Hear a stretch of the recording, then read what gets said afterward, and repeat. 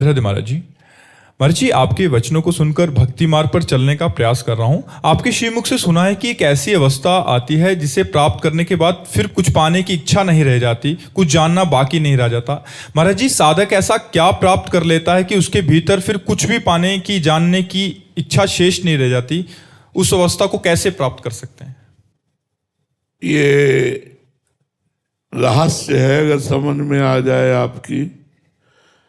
आत्मा पूर्ण तृप्त है, आत्मा में कभी अभाव नहीं होता, आत्मा पूर्ण काम है, आत्मा आनंद स्वरूप है, आत्मा प्रेम स्वरूप है, आत्मा चिदानंदमय है और वो मैं हूं।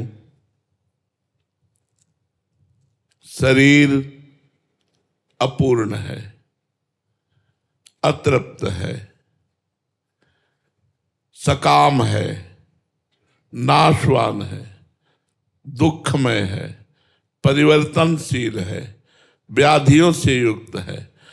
तो जब हम शरीर में मैं बुद्धि कर लेते हैं तो हमारे कामनाएं प्रकट हो जाती हैं, हमारी चिंताएं प्रकट हो जाती हैं, हमारे दुख प्रकट हो जाता है, विशेष विशेष प्रकार की वासनाएं प्रकट हो जाती हैं। वही मैं अज्ञान के द्वारा निवृत्त होकर जो आत्मस्वरूप में स्थित हो जाता है, तो वही आत्मा हमारी भगवान है। चाहे भगवान में स्थित हो जाए या आत्मस्वरूप में स्थित हो जाए, तो जहां भगवान में स्थित हुआ तो पूर्ण काम, परमानंदमय, अखंड शांति, ये सब उसको प्राप्त हो जाती है।